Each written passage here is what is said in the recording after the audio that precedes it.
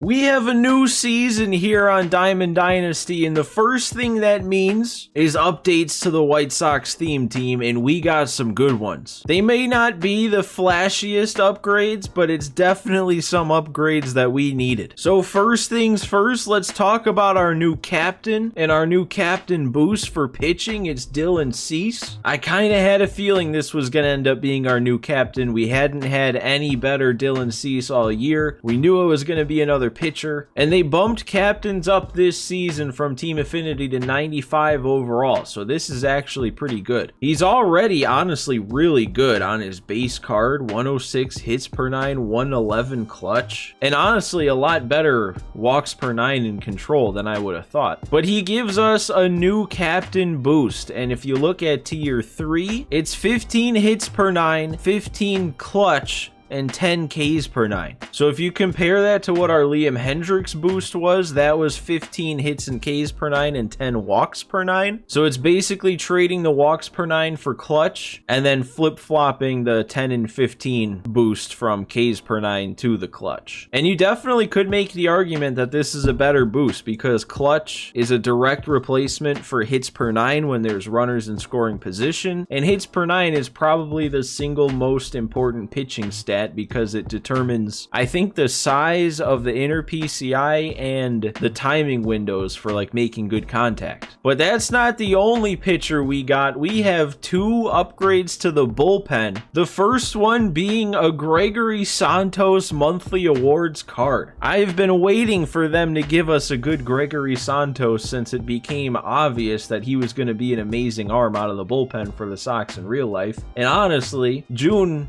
could debatably have been his worst month yet, and they gave him the card for this month, which is interesting, but there's no reason to complain because this is really good. I mean, he's got the pitch mix. He really only throws sinker slider in real life with an occasional four seam, but they also gave him a circle change. And we know that hits and Ks per 9 is going to get boosted by the Dylan Cease boost, so seeing the walks per 9 be the per 9 stat that's way up there is really good. The clutch is going to get maxed out with the boost. This honestly could have the chance to be our new best arm in the bullpen, like better than any of these 399s that aren't actually White Sox cards. But the other bullpen arm we got is finally a lefty. We have been stuck with the only lefty options for the theme team being bronze Aaron Bummer and the bronze Garrett Crochet. But we got the return of maybe one of the greatest lefties in the game of all time. Like if you're talking about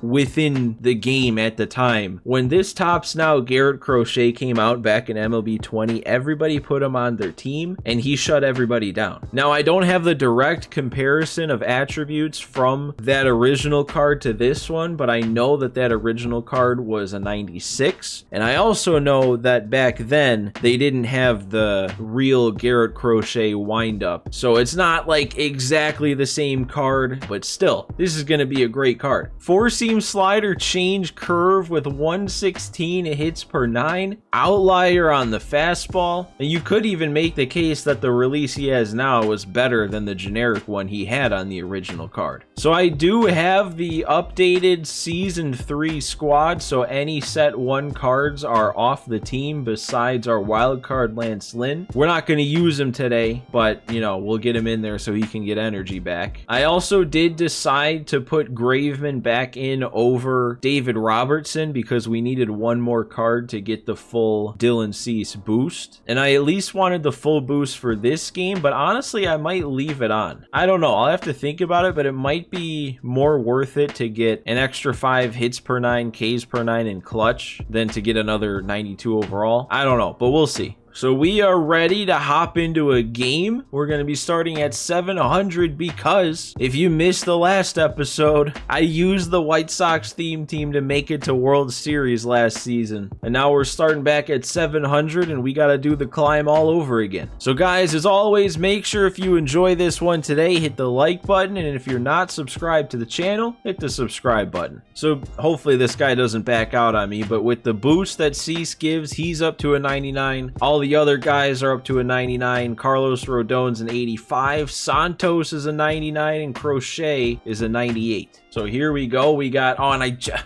I just realized I forgot to put the White Sox uniforms on. I always do that. I always forget. We're at home. This guy's got a World Series banner, so this should be a nice, easy, relaxing game to start the season, I'm sure. Probably a good thing he has a lefty out there, though. So let's see this Dylan Cease in action. I am excited because every time that I use the live series Dylan Cease, he just like mowed everybody down. Nobody could hit him. And let's see if this changeup is as effective as it was on that live series card. Not quite, but I also did kind of leave it right over the middle. There we go. He was out in front of it that time. And out in front of the slider. And out in front of the change again for the punch out. That's more like it. Alright, blow it past him. I guess we messed with his timing by throwing a couple change-ups. Now he can't catch up to the heat. Ooh. Wait, is that actually going to go?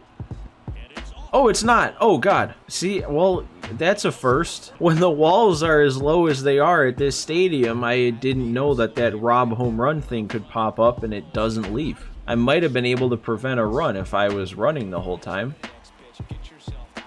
Alright, well, another one on the change. I'm enjoying seeing that that pitch is working almost as effectively against a World Series level player as it did to everybody else. Ooh. What did I think that was? Why did I take that? Oh, that's gonna get caught. I was all over that. That hurts. And yeah, saw it, timed it up, but it got me with the movement. So I know we also got another Dylan Cease from the monthly awards program, and we'll talk about him more once it's time to actually debut him. But chances are this is going to end up being the Cease that we stick with because it gives us the boost. I guess I don't really have anything else to say about it right now. I just thought I'd point it out just in case you guys thought I didn't see it or something. Wow, he took 2 in a row. Okay, maybe that pitch isn't as good as I thought. See, this guy might be pointing out the issue with using Cease on higher difficulties is you rely a lot on, okay, or don't let me. Sure, go ahead and lag and make me not have a good. What I was saying though is Cease kind of relies a lot on throwing pitches out of the zone and getting swings and misses, and if you can face somebody who's not going to swing out of the zone, it's going to make him a lot tougher to pitch well with. Okay, we're lagging a ton here all of a sudden, guy. Fix your internet. Figure it out. Alright, we'll take it. It's a lot better swing than you'd want to see. Haven't used Dylan Cease on higher levels. Every game that I used that live series on that I said was so good was on lower levels against worse opponents. So it's interesting to see how Cease is playing at a higher level. It seems like if you're not waiting for whatever speed that I end up throwing, he's having a tough time adjusting and actually hitting it. But if like he's waiting fastball and I throw a fastball, he's gonna make a good swing.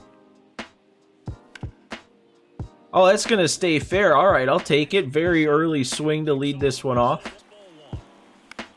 Oh, and I had the right idea. It's just not a pitch you gotta swing at. 1-0. And that's looking like it's going to be 2. I expanded the zone again. I'm not looking too good at the plate here, am I? Wonder what happens if I try and keep this change in the zone. He'll just still miss. That ended up as far outside on the par as it could have. Alright, knuckle curve. It's good to see that every pitch can be a strikeout pitch. Not all curveballs get people fooled like that. And that doesn't get the swing. All right, this is definitely interesting with Cease out there. This is not how I tend to pitch a lot with all these walks, but this is looking like a real life Dylan Cease start. A lot of strikeouts, a lot of walks, a lot of pitches. And he's started just fouling everything off now. I can't find a way to sit him down. He's just fouling everything off until I miss the zone and walk him. Oh, really? He's gonna make it home too. And that's going to get through also. Does Minoso have enough? Oh, he's not even going to send him. Well, I don't know. I was planning on getting Santos and Crochet in this game anyway, but they might need to come in sooner. That could have been two if it didn't hit Cease. There we go. Finally out in front of a change again. And that stayed fair. Oh, man. You know that was a very early. Oh, but we're going to get him. I don't know. Did we get him before he crossed home? It doesn't seem like it. This is a deep hole to dig ourselves out of. I'm not going to lie. I'm not feeling great about this game. Oh, I actually saw it and waited back. I waited too far back and got under it. Yeah, if I'm just missing pitches like this, I mean, that's two in a row that have hung off speed right down the middle. I wait back on just too long and get under. If I'm on, that's back-to-back homers.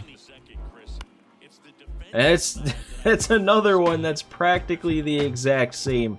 Well, we'll get Cease another inning, but I also want to make sure that we get our two bullpen arms in this game, like before I get mercied. That drops in. Alright. There's one out that's not made if Eloy's still out there. There we go. That might be a good pitch. I mean, it's scary if he does manage to wait back, but I feel like chances are he's not going to be waiting back on it too often. We just got to make sure that stays in the zone. Okay. No, that works. There we go. That Luis Robert line drive is going to get down. It got me again. I swear I probably timed it up again. Oh no, I was actually early on it. Okay. I just need to stop thinking that these Kershaw 12-6s are beach balls, because they're not. Ugh. Alright, one last Dylan Cease inning. Or at least attempt one last Dylan Cease inning. Because, yeah. Okay, so he was on that fastball that time. You know that was a pitch he was looking for it, because most of the time he's been late and fouling it off. Oh, we got a yellow throw. There we go, though. That's why Abreu having the good fielding he does helps us. That's gonna go. I don't feel like he made a good swing on that. I'm going to be honest. It was slightly below the zone. They're only saying he was early. I'm going to go ahead and call it a night for Dylan. We'll get Santos out there. 99 overall with the boost. I'm really excited to see how he works here. Honestly, with his high walks per nine and high control, that's a little bit of a disappointing par. Kind of a little bit wider than you'd want. There we go. 3 straight sliders. He couldn't hit a single one. Baines. All right. Wow. There's another one. Grandal. Get us on the board. Oh, it's off the wall. All right. Good thing he misplayed it, though, because if he didn't, we might have gotten hosed that second. TA, that's going to get down, but absolutely will not be scoring Grandal. We need one more hit. Come on, get down. Get us on the board. There we go, Montgomery. Probably could have sent him to third. Don't really know why I didn't, but we're on the board. We don't have to be completely embarrassed. 3 straight 2-out hits. It's going to make him warm up the pen. Oh, it's going to make him go to the pen.